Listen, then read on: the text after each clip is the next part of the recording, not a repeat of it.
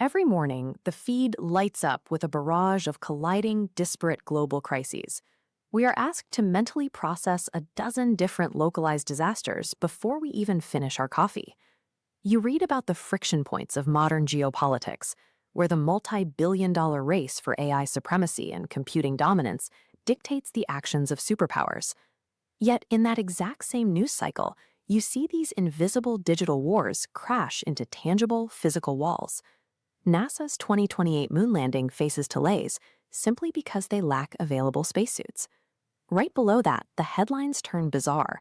Extreme ecological anomalies, like salmon testing positive for cocaine, sit shoulder to shoulder with reports of algorithmic legal fakes and cultural trivia. This constant stream of contradictory information overloads the human receiver.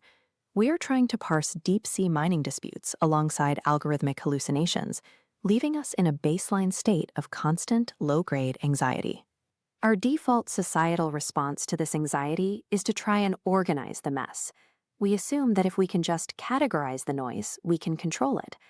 This diagram illustrates that exact instinct.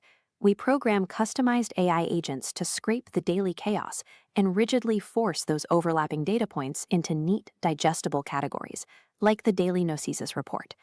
We apply this exact same impulse to our government and economics. We draft massive legislative frameworks and build complex financial pipelines to regulate the unpredictable nature of human behavior.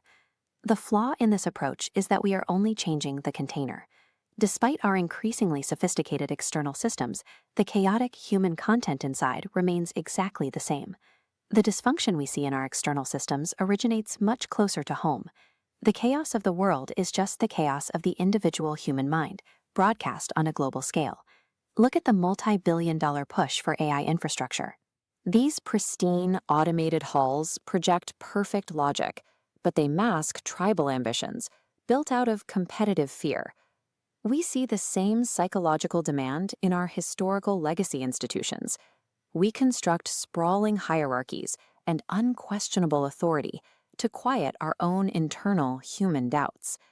Whether it is a technological arms race or an ancient geopolitical boundary, the phenomenon is identical. We take the fears of the frightened individual and build them out into the physical world. We can call this the fragmented operator. If the mind designing a system is divided, anxious, and tribal, it will inevitably project those exact qualities into its creations. This flowchart demonstrates the mechanics of that failure. You can introduce the most elegant, well-intentioned policy input imaginable, but once it passes through a fearful, divided human filter, it distorts. The output will always mirror the fragmented operator. We spend decades arguing over which economic policy or software update will save us, completely ignoring the internal state of the person pulling the levers. A symptom cannot cure its own disease. Attempting to address the outward arrangement of society without addressing the internal state of the observer is a mathematical impossibility. The most uncomfortable realization is that there is zero separation between you and the headlines. The ambition, the tribalism, and the confusion you carry internally is the exact raw material that constructs the world's conflicts. Even when we attempt to look entirely outward, launching probes billions of miles into the void, those instruments are still tethered to and limited by the flawed human receivers who built them. The world is not happening to you. The world is you, merely expressed through the specific coordinates of one human life. When you see this clearly, the frantic search for external solutions stops, replaced by a state of quiet recognition. This is the physical and mental posture of someone who has entirely dropped the impossible task of fixing the external world. Looking inward to address your own fragmentation won't magically fix the global supply chain or resolve a trade war.